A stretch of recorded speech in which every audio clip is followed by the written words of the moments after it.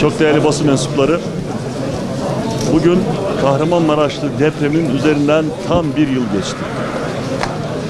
Geçen yıl tam bugün, tam bu saatlerde Batman'dan oluşturmuş olduğumuz arama kurtarma ekiplerimiz deprem bölgesine hareket etmişti ve bu saat itibariyle de Diyarbakır'la Urfa arasında yol güzergahında bir noktadayım.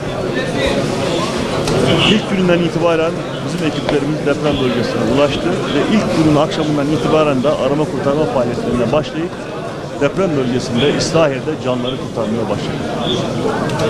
Bu afet gerçekten de asrın felaketiydi ama aynı zamanda da şunu da gördük ki bu felaket aynı zamanda bizim açımızdan asrın da dayanışmasıydı. Millet olarak, devlet olarak bu afet karşısında çok güzel bir kenetlenme gösterdik ve afetin yaralarını sardık ve şu anda da sarıyoruz. Elbette ki her afet bizim açımızdan aynı zamanda almamız gereken tedbirleri bir kez daha bize hatırlatıyor. Bu çerçeve içerisinde bazı yapmış olduğumuz afete hazırlıkla ilgili hususları sizlerle paylaşmak istiyorum. Bunlardan bir tanesi afet acil durum toplanma alanımızı oluşturuyoruz.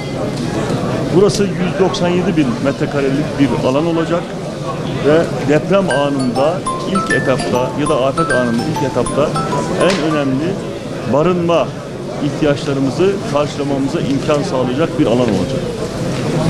Bu alanın içerisinde afet acil durum yönetim merkezi, kriz merkezi olacak.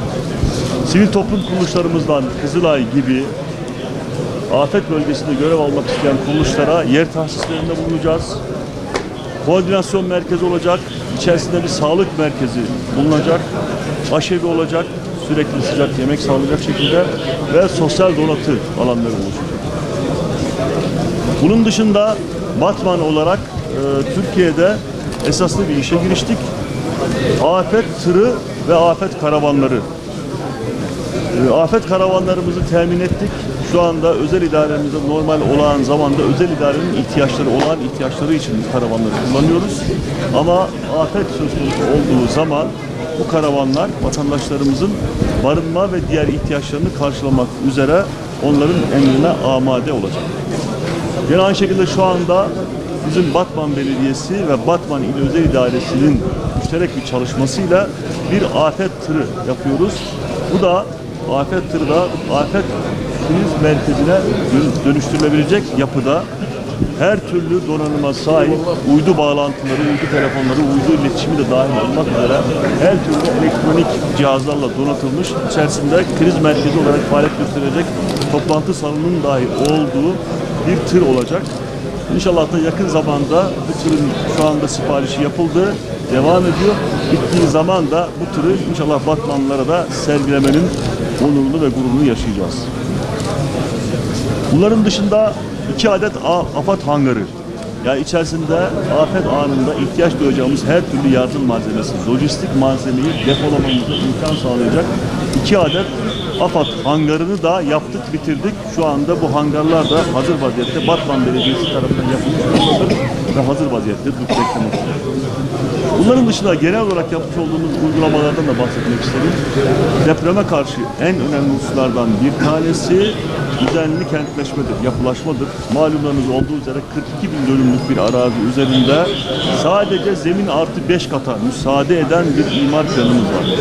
Dolayısıyla bundan sonra Batman'da yapılacak olan bütün yapılaşmanın koşulları bellidir. Sadece zemin artı 5 kat.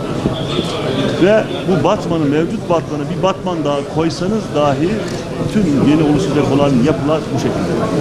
Çünkü yüksek katlar biliyoruz ki bizim açımızdan riskli, tehlikeli. Ve bu çerçeve içerisinde de Hasankeyf yolumuzdaki 10 katlı binaları zemin artı 6 katlı yapılar haline dönüştürdük. İmar planında tadilat yaptık. Buraların da yeni yapılaşma koşullarını dışında koyduk. Ve tabii yeni yapılaşma koşulları söz konusu olduğu zaman da Türkiye'de en sert yeni yapılaşma koşullarını ortaya koyan belediyelerden bir tanesi Batman Belediyesi'dir.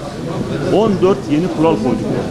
Bu 14 yeni koymuş olduğumuz kural çerçevesinde Batman'da yeni yapılacak olan yapılarla ilgili çok sert tedbirler aldık.